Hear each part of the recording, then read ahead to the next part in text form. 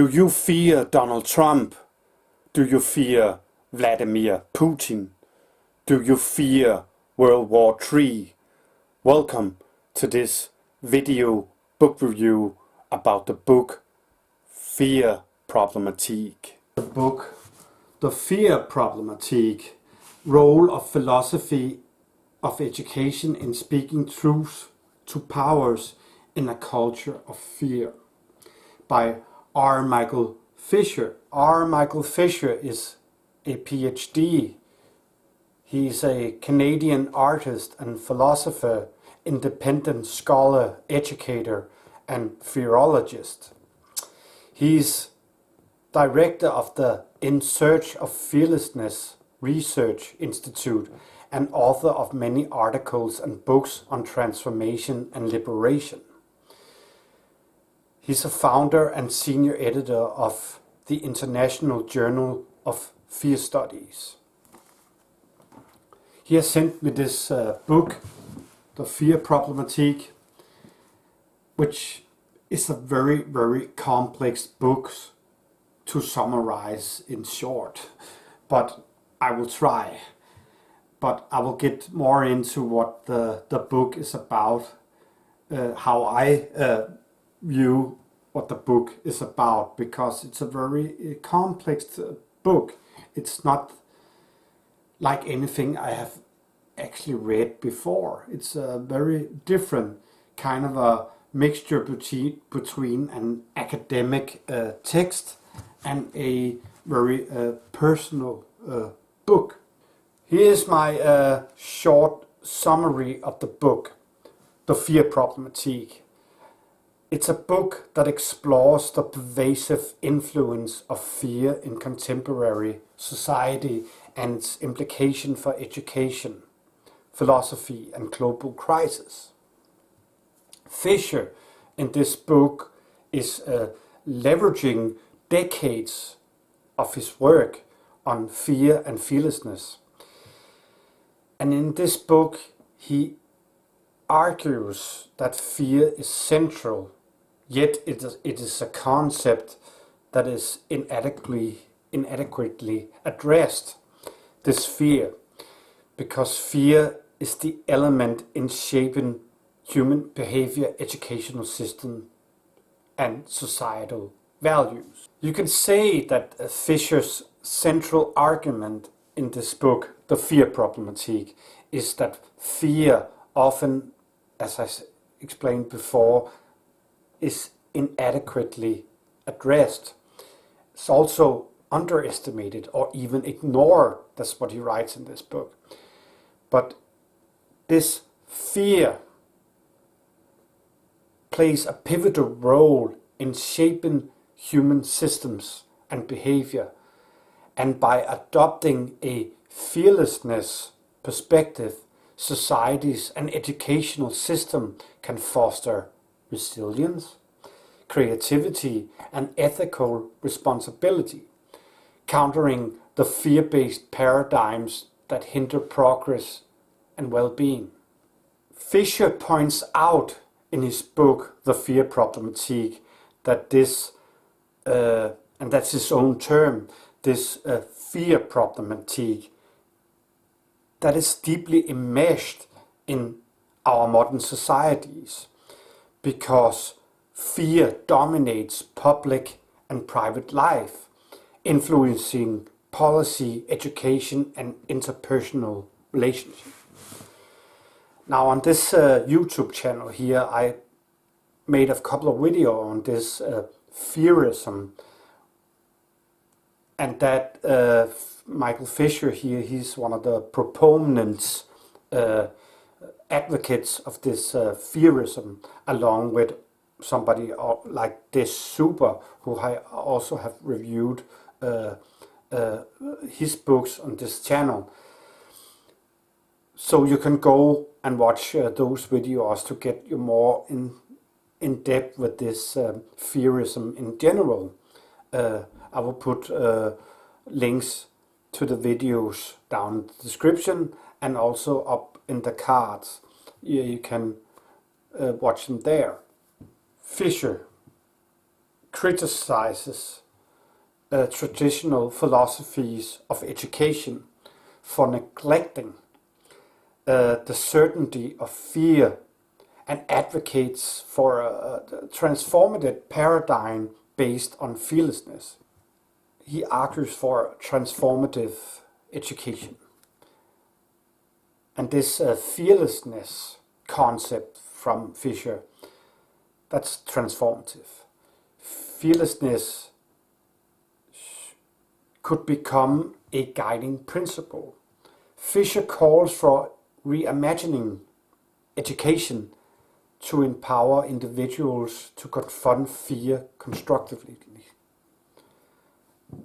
Basically, as I understand it, students must become students of fear, to understand fear and how to transform it constructively. For me, you can also put it this way, that a student has a lot of fears, especially fears about their future after studies. How will they grow up? How will they use their studies? There's a lot of fear involved with that.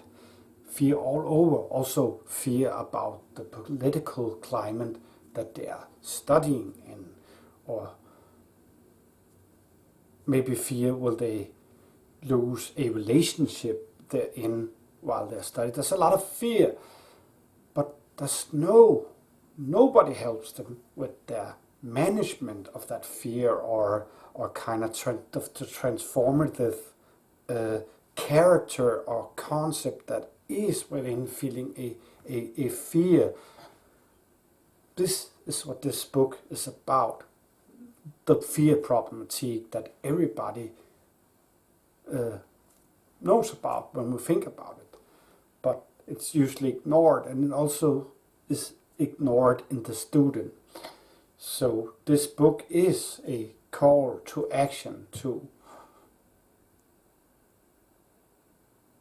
find a more transformative, constructed way to alleviate the fears from the students, to move toward a more fearlessness state, move towards fearlessness. The overall message of the book, you could say, is that fear, as I mentioned earlier, is this underestimated or ignored concept, entity, philosophical first mover, primus motor. This fear plays this pivotal role, as I mentioned earlier, in shaping human systems and behavior. And we must adopt this fearlessness perspective in societies and in our educational system, so we can foster, you can say, much better resilience and creativity, and this ethical responsibility that we have for, let's say, our environment, countering these fear-based paradigms that hinder progress and well-being. So it's kind of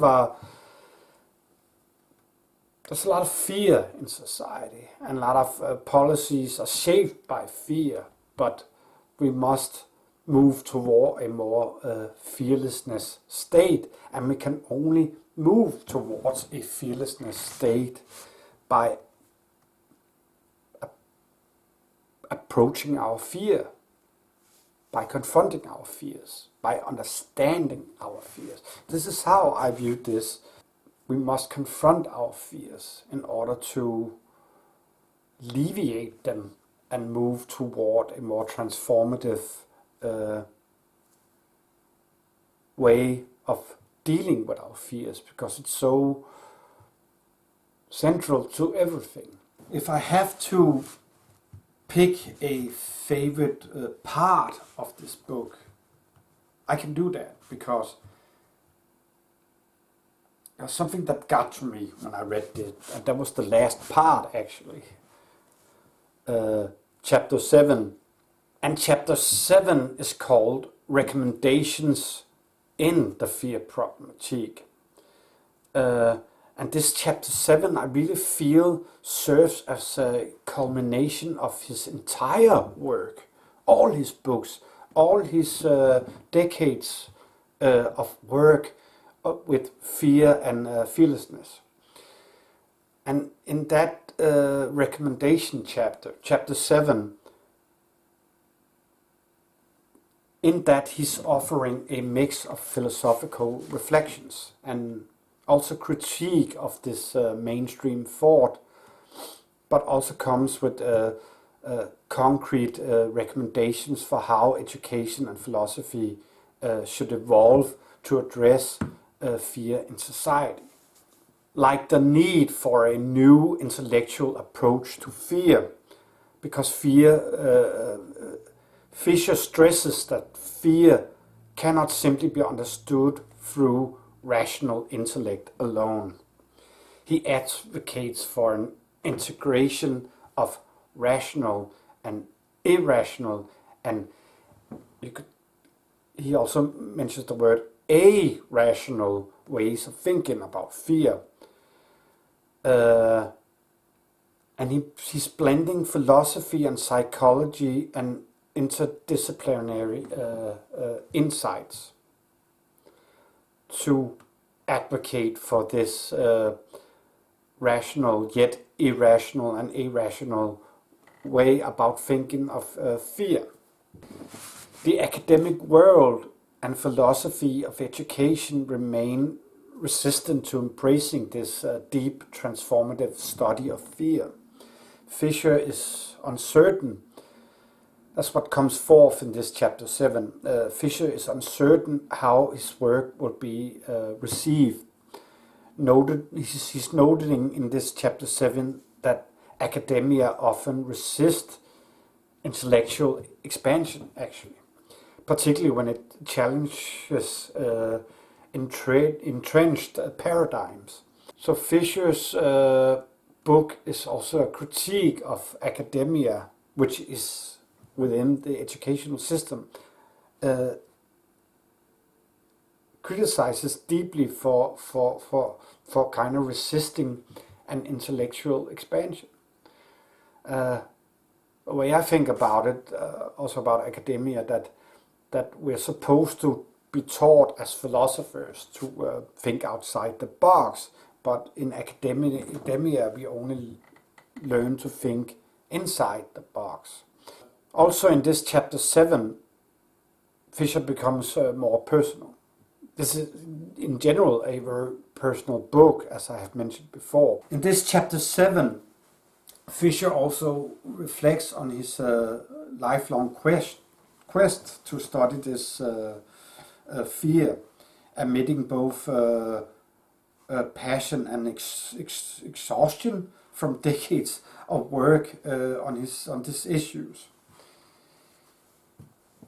He shares in chapter 7 a personal confession that his primary love is actually not people, but ideas.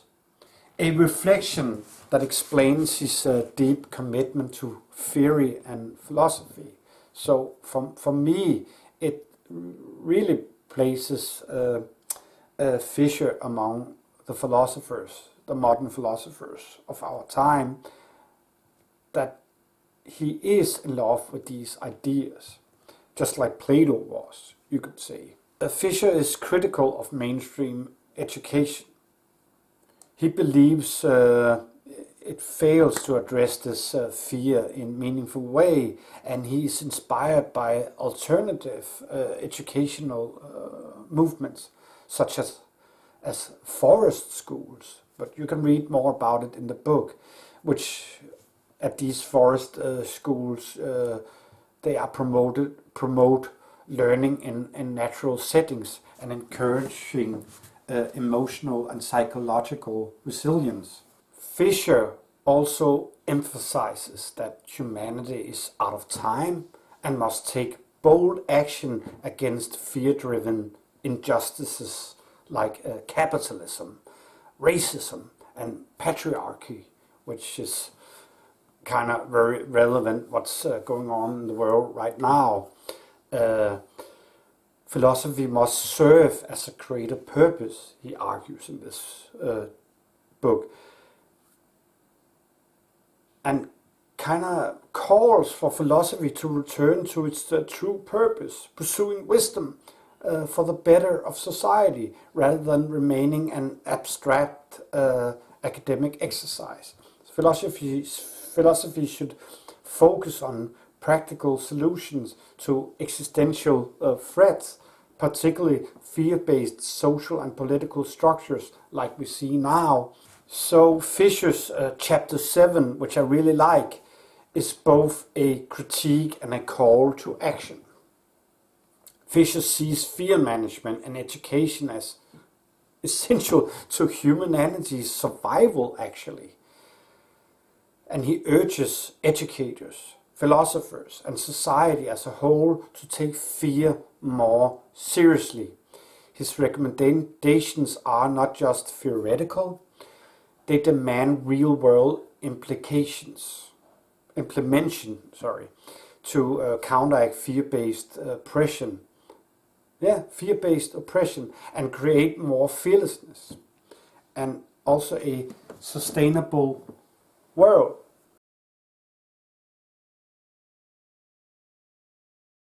I will put a link down in the description where you can buy this book. I've been luckily and fortunate enough to have a conversation with Fisher himself, and that book talk about his book and fear and his philosophies, that will be out a bit later. So you can look forward to watching that book talk on this channel also. I will also here at the end recommend another book I read of Fisher's work, a kind of a primer or an introduction to the realm of philosophy of fearism. It's not a long book, but it takes you good into the realm of fearist philosophies. So this is also my recommendation for you. And of course, I hope you understand that I highly recommend this book for you, The Fear Problematique. I hope you enjoyed this video about this book, and I'll see you hopefully in the next video, which is a book talk.